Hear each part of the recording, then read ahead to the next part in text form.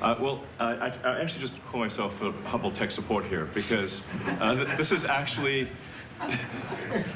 as crazy as it sounds, that is almost a literal description of the work that the Doge team is doing, is helping fix the government computer systems. Many of these systems are extremely old. They don't communicate. There are a lot of mistakes in the systems. The software doesn't work. So we are actually tech support. It's ironic, but it's true.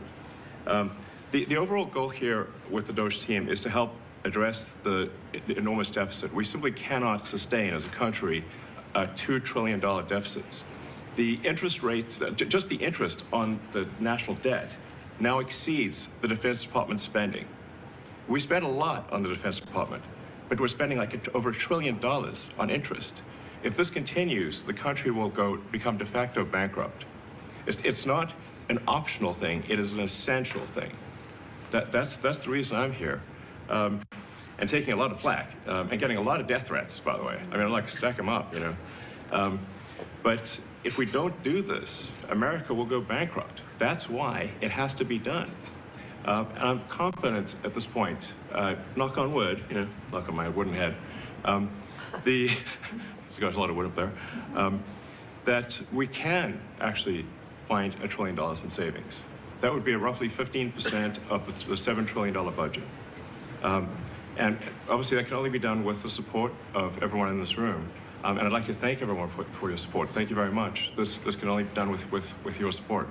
So it's really, Doge is a support function for the president and for the agencies and departments to help achieve those savings and to effectively find 15% in reduction in fraud and waste.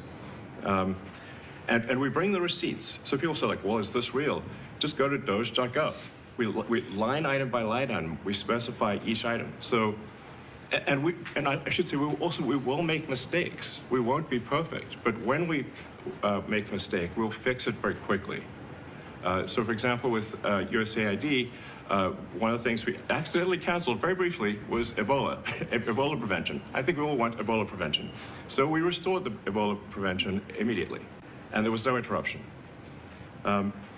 But we do need to move quickly if we're to achieve a $1 trillion deficit reduction in financial year 2026. It requires saving $4 billion per day, every day, from now through the end of September.